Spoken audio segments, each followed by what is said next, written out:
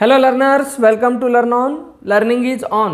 BITSAT 2023 session 2 के mathematics के lecture 8 में आज हम करने जा रहे हैं मोस्ट प्रोबेबल क्वेश्चंस पार्ट 2।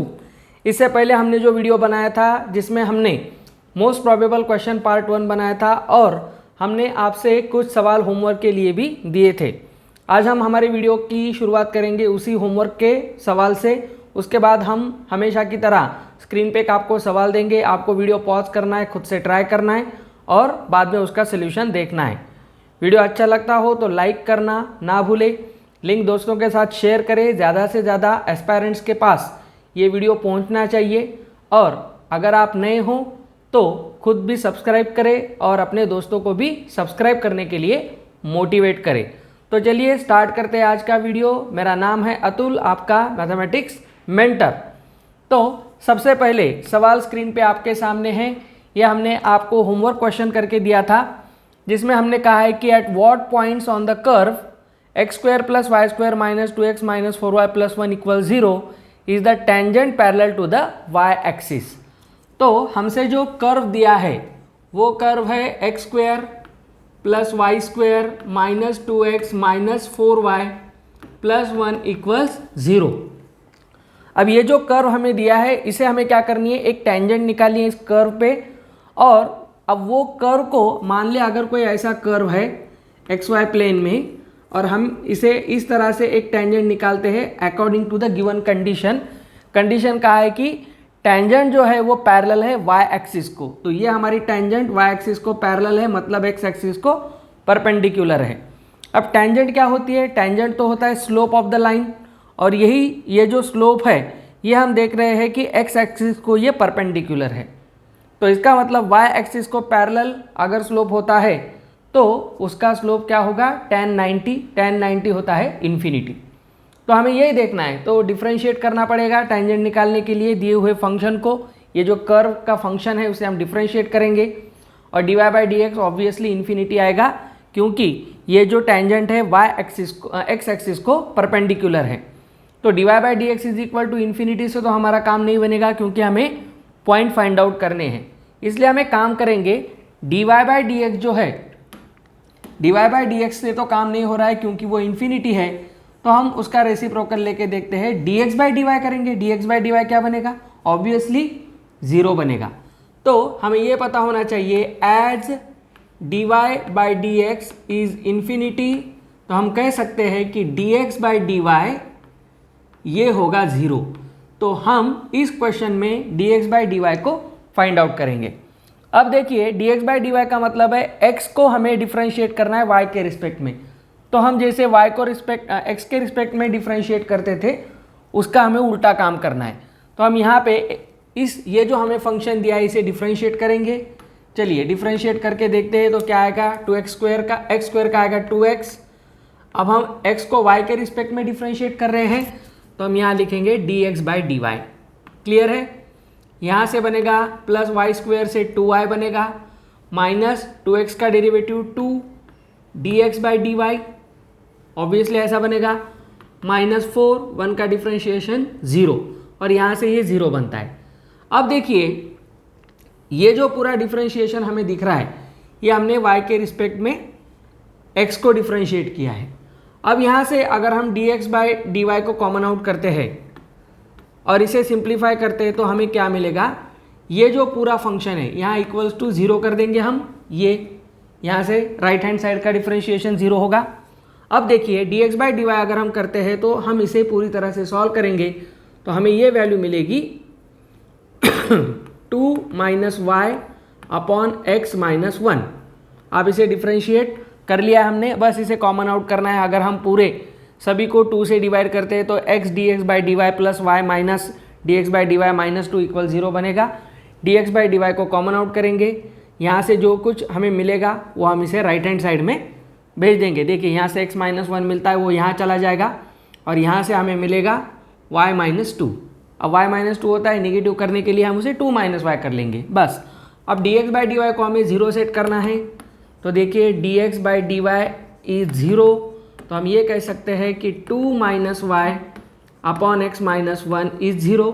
यहाँ से 2 माइनस वाई की वैल्यू 0 बनेगी, इधर ये चला जाएगा और यहाँ से y की वैल्यू हमें मिलती है 2।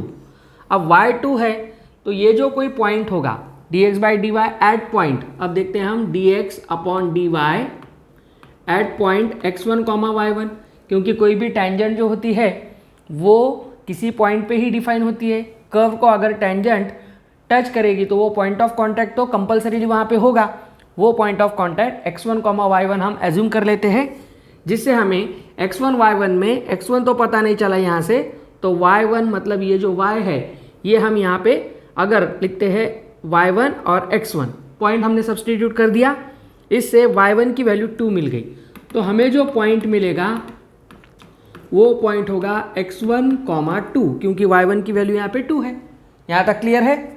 अब देखिए x1 कॉमा 2 ये जो पॉइंट है वो टेंजेंट पे भी है और कर्व पे भी है, मतलब वो ये पॉइंट हमारे इस कर्व को सेटिस्फाई करेगा। तो हम एक काम करेंगे, पुट x1 कॉमा 2 ये जो वैल्यू है x1 comma 2 in the given curve, तो हम इसे कर्व में रख देंगे। अब कर्व में रख देंगे तो यहाँ पे जहाँ भी हमें x दिखता है वहाँ हमें x1 रखेंगे, तो यहाँ से ये बनेगा x1 स्क्वायर। अब देखिए y का वैल्यू 2 है तो ये 2 का स्क्वायर, यहाँ से 4 मिलेगा, माइनस 2 x1 मिलेगा, यहाँ से माइनस 4 इंटू 2 8 मिलेगा, प्लस 1 इक्वल 0, यहाँ से हमें x1 की वैल्यू भी मिल जाएगी। अब देखिए यहाँ से होता है -4 प्लस 1 -3, देखिए -4 प्लस 1 -3, तो x1 स्क्वायर माइनस 2x1, यहाँ से मिलता है -4 प्लस 1 -3। अब एक क्वाड्रेटिक हो गई, -3 के फैक्टर्स हमें -2 लाने हैं, तो -3 प्लस 1, तो x1 -3 और x1 प्लस 1 ये हमारे दो फैक्टर्स होंगे। यहाँ से x1 की वैल्यू 3 मिलेगी और यहाँ से -1 मिलेगी। अब x1 की दो वैल्यूज़ है तो y तो फिक्स है, y1 की वैल्यू तो 2 है, तो हम देख सकते हैं यहाँ पे और हमें यही पॉइंट तो फाइंड आउट करना था। Required point is x1 comma y1। यहाँ से हम एक काम कर सकते हैं, x1 की वैल्यू मान ले हम -1 लेते हैं, ठीक है, -1 लेते हैं तो हमारा ये पॉइंट बनेगा -1 कॉमा 2, क्लियर है, -1 कॉमा 2। और अगर x की वैल्यू 3 लेते हैं, x1 की वैल्यू, तो ये बनेगा 3 कॉमा 2, तो -1 कॉमा 2 एंड 3 कॉमा 2 ये हमारा आंसर होना चाहिए, ये है ऑप्शन डी। क्लियर है। तो ऐसा सवाल आपको समझ में आ गया होगा। बस आपको ये ट्रिक यहाँ ध्यान में रखनी है, dy by d x infinity बनेगा तो हम dx बाई डी वाई को डिफ्रेंशिएट इस रिस्पेक्ट में करते हुए इस प्रोसीजर से आगे बढ़ेंगे। क्लियर है। तो मैं नेक्स्ट सवाल स्क्रीन पे आपके सामने दे रहा हूँ, आपको खुद से ट्राई करना है और ट्राई करें कि 1 से 1.5 मिनट के अंदर आपका वो सवाल हो जाना चाहिए। ये क्लियर है तो जल्दी से चैट बॉक्स में बताइए। ओके, तो नेक्स्ट सवाल स्क्रीन पे आपके सामने है।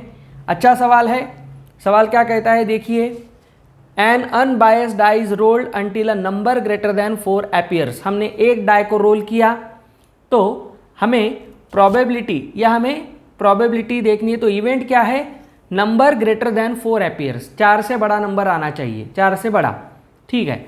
The probability that an even number of trials are needed. Even number of trial मतलब क्या है, अगर हम डाई को एक बार रोल करते हैं तो ऑड नंबर हो गया, 2 बार करते हैं तो इवन हो गया। अब इवन ट्रायल्स कौन कौन सी होगी, 2 बार, 4 बार, 6 बार, और ये चलता जाएगा, इन्फिनिटी तक चलता जाएगा।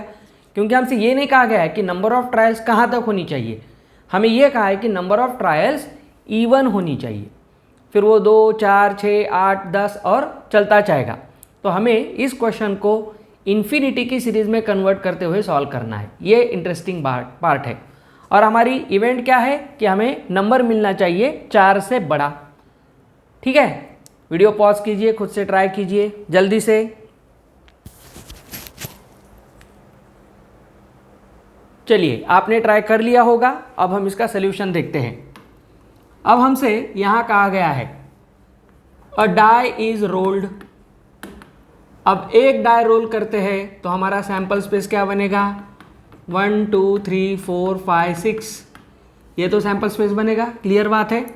अब इवेंट क्या है हमारा, E1 इवेंट है नंबर ग्रेटर देन 4, तो 4 से बड़े नंबर कौन से है, 5 6, तो प्रोबेबिलिटी ऑफ इवेंट क्या होगी, 2 एलिमेंट्स आ गए हैं प्रोबेबिलिटी में आउट ऑफ 6, 2/6 क्या हो गया हमारी सक्सेस, क्योंकि यही तो हमें चाहिए, तो हम इसे एक काम करते हैं, हम इसे कहते हैं सक्सेस, 2/6, तो फेल्योर क्या होगा, फेल्योर होगा 4/6, क्योंकि 6/6 होना चाहिए, हम इसे यही रखेंगे 2/6 4/6 नो प्रॉब्लम। अब इसे 1/3 या 2/3 भी लिख सकते हो, लिखना है तो लिख लो, नो प्रॉब्लम। तो यहाँ से 1/3 होगा सक्सेस।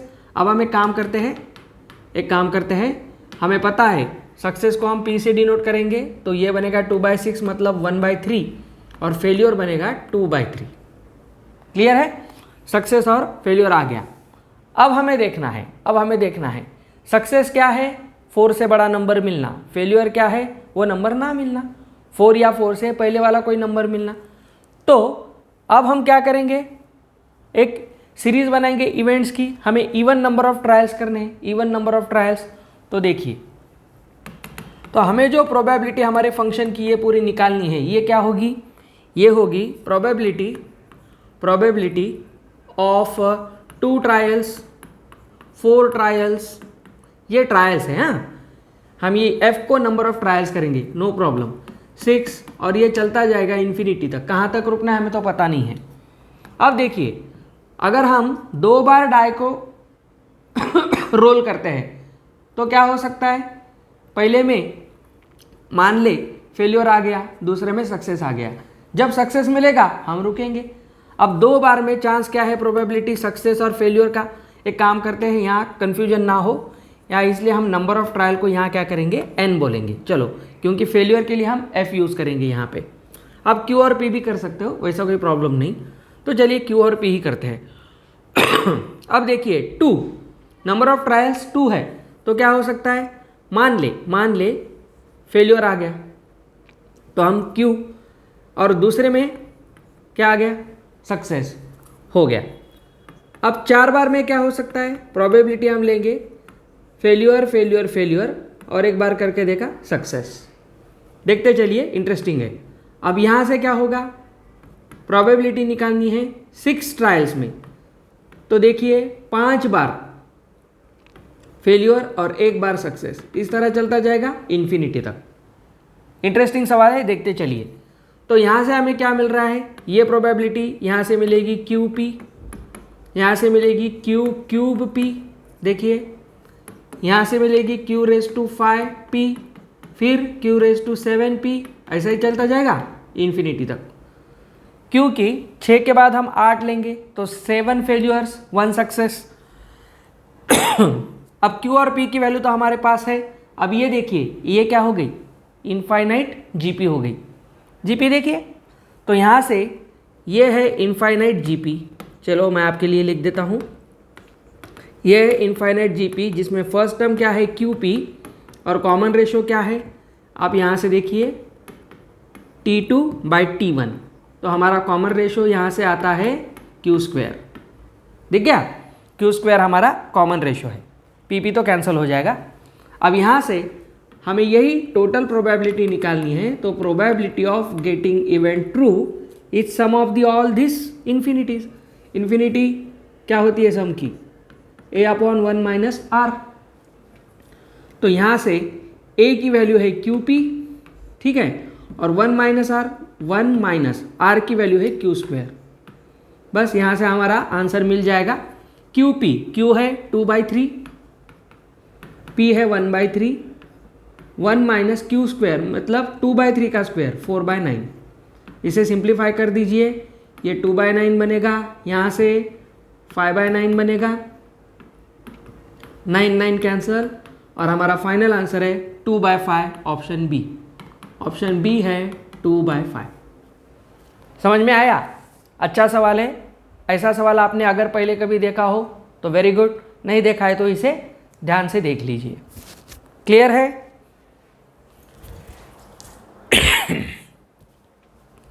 ओके, अब हम नेक्स्ट सवाल की तरफ बढ़ते हैं। अब ये इक्वेशन डिफरेंशियल इक्वेशन है, अब इसे खुद से ट्राई करना है। सवाल हमसे कहता है the solution of the differential equation. Differential equation हमें यहाँ पे दिया है dy by d x e to the power 3x minus 2y plus x square into e to the power minus 2y। देख लीजिए x और y के term में फंक्शन है तो हम इसे वेरिएबल सेपरेबल मेथड से कर सकते हैं। वीडियो पॉज कीजिए, खुद से ट्राई कीजिए।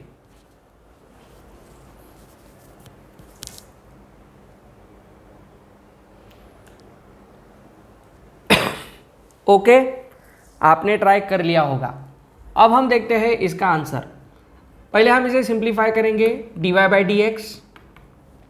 ये देखिए ये पावर में है तो हम इसे लिखेंगे e raise to 3x into e raise to minus 2y। देखिए पावर है, प्लस ये है x square into e to the power minus 2y।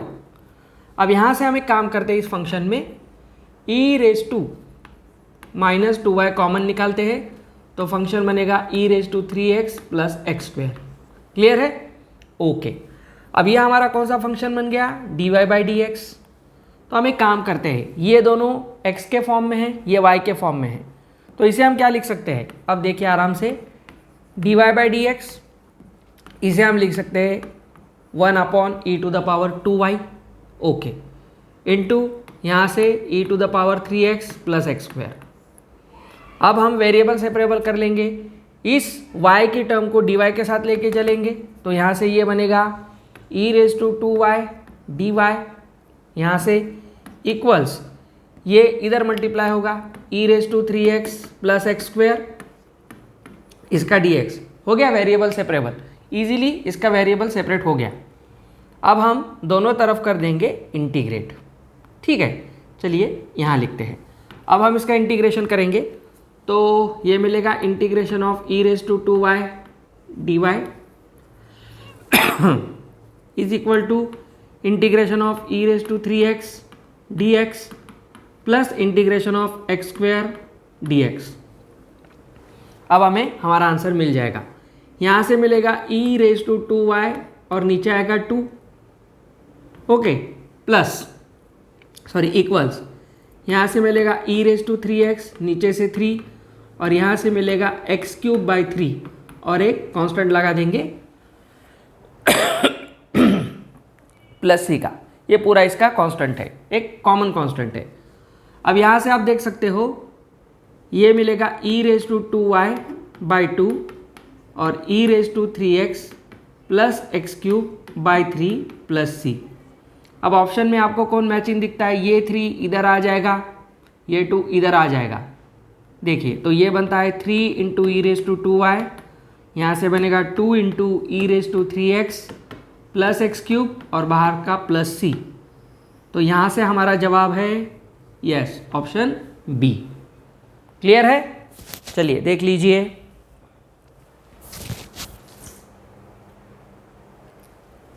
Okay,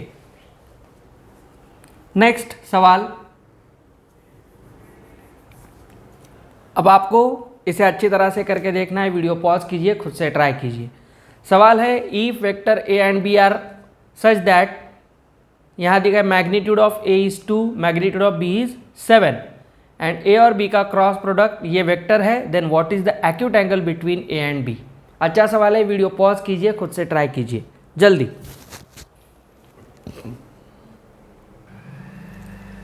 okay, तो आपने ट्राई कर लिया होगा। अब हम इसे देखते हैं। देखिए हमसे कहा गया है कि mod of a is 2 and mod of vector b is 7। Modulus मतलब उसका मैग्नीट्यूड है। ओके, और ए और बी वेक्टर का जो क्रॉस प्रोडक्ट है वो 3i cap plus 2j cap plus 6k cap है। ओके, तो हमें ये दो वेक्टर के जो बिटवीन एंगल है वो निकालना है। हमें एक फॉर्मूला पता है, ए क्रॉस बी क्या होता है? ए क्रॉस बी होता है mod of a mod of b into sine theta, और इसे डायरेक्शन देने के लिए हम एक यूनिट वेक्टर लगा देंगे एन कैप। एन कैप क्या है? यूनिट वेक्टर है। अब यही हमारे इस सवाल को सॉल्व करेगा। ये मेथड आपको पसंद आएगा। अब ए क्रॉस बी तो ये वेक्टर है, हम इसे यहाँ लिख देते हैं 3i cap plus 2j cap plus 6k cap. Mod a और बी की वैल्यू है 2 और 7, 2 7 जा 14 होता है। यहाँ से ये बनेगा साइन थीटा। अब हमें यूनिट वेक्टर लेना है, तो यूनिट वेक्टर क्या होगा इसका, ये पूरे वेक्टर का यूनिट वेक्टर होगा।